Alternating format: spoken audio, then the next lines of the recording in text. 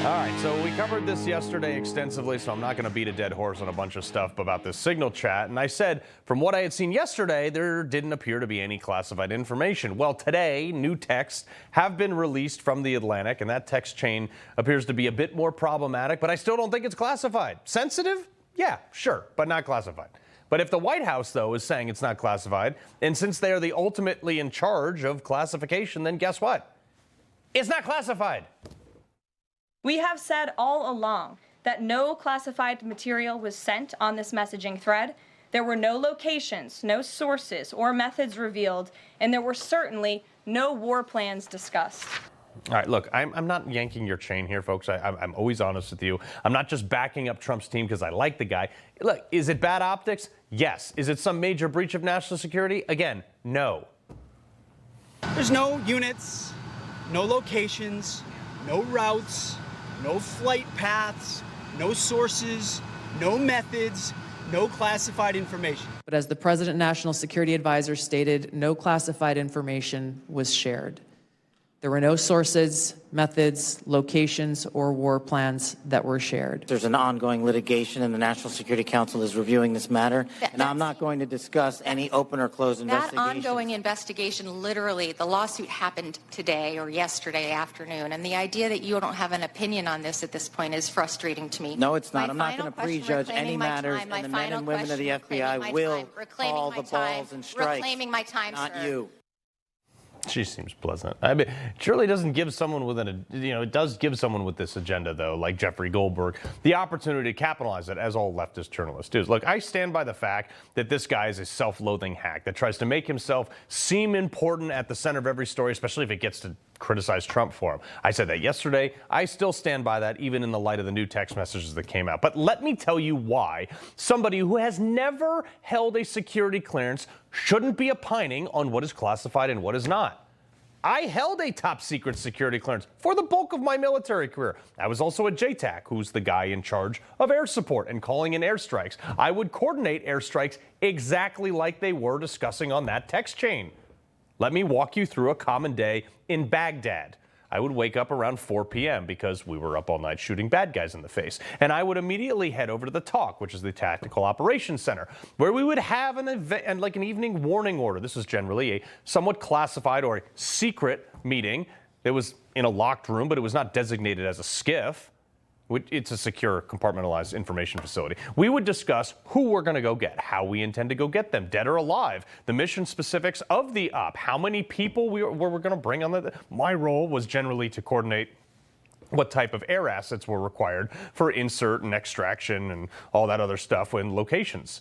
We would adjourn unless there was more classified items that needed to be handed off in a SCIF, sometimes working with our CIA counterparts, much like these text messages showed here. And here's why I know what they were discussing is not classified. Because I would walk out of that room and into one of the other offices where I would sit down at an unclassified computer. I know this was unclassified because it had one of those stickers on it. And I would email the DASC, which is the Direct Air Support Center in Iraq, usually in Al-Assad over out west. And I would give them the 5 W's of the evening in my request for air support for whatever operation we were going on. It would go a little something like this. Who, what, when, where, why. Who, a specific name we'd often leave this part out because that was actually classified. But we would disclose what group, AQI, Al-Qaeda in Iraq, or an affiliate group or something like that, but not the guy's name that we were going after. What?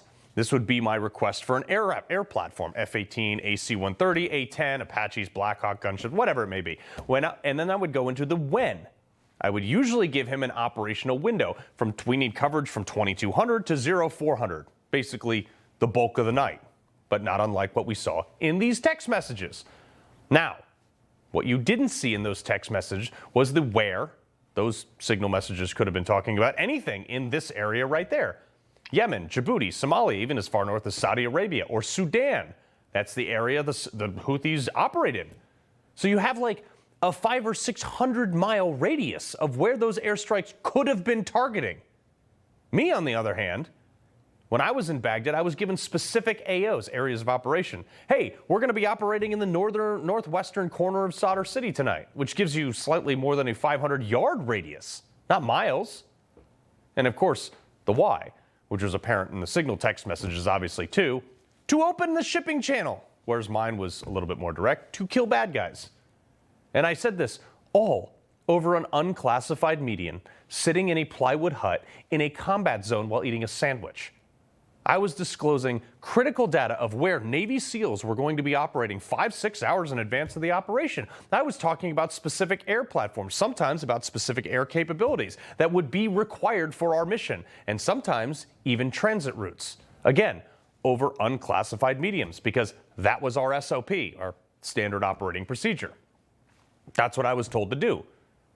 And also because it's super not convenient to use the SIPRNet that's the secure network that the military and some intel agencies use. There was also significant concerns at the time I was there that Russia and China were hacking it, as you can see. In fact, Signal is arguably more secure than our own SIPRNet, at least the secret, not the top secret side. The only thing that went wrong here was that Mike Waltz or one of his staffers accidentally added a journalist, which leads me to Mr. Goldberg's ethics, if he has any at all. Look, if a doctor or a lawyer or just about any professional in any type of profession is the recipient of information that is not intended for them, it is their ethical obligation to inform the parties that they are not in receipt, or that they are in receipt of information that's not intended for them. But not Mr. Goldberg. As he noted, he believed it to be classified. So why did he willingly allow himself to continue to be in this chat? Well, he's a nosy journalist, that's why.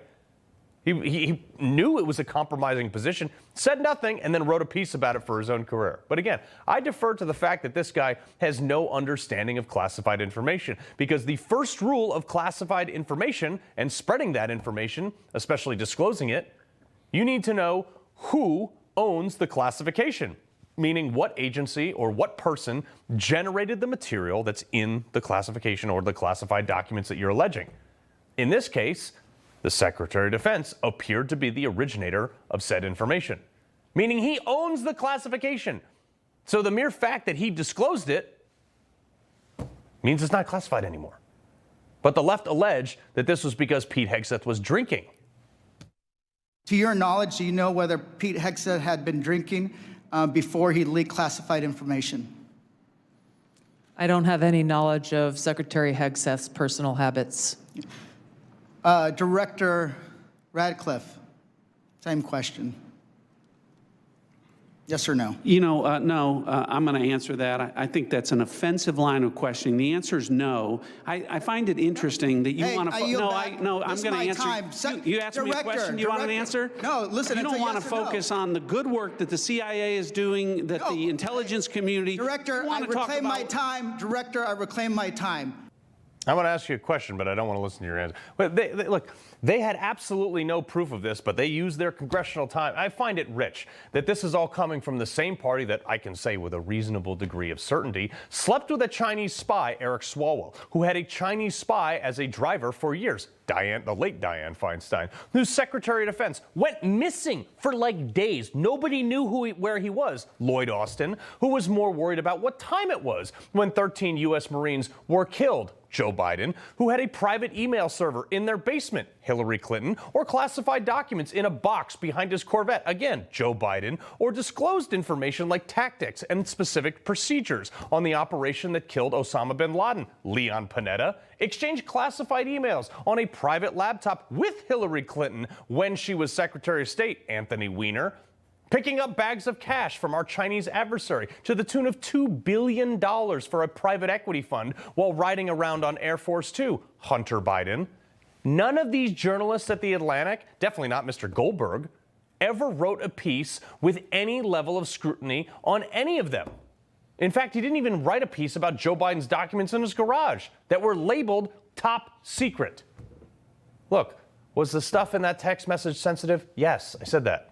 But let's not lose sight of what was accomplished here. We smoked a bunch of bad guys and no Americans were killed. Could it have gone differently? I mean, maybe, but it didn't. So let's take the lesson learned, be a little bit more careful when we put people on a Signal chat, and relax. This was unfortunate, but not illegal. Certainly not devastating, and not a threat to national security. He loves the Constitution.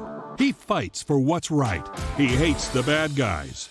He's a freedom warrior. He's your freedom warrior. Watch Carl Higbie every weekday on Newsmax.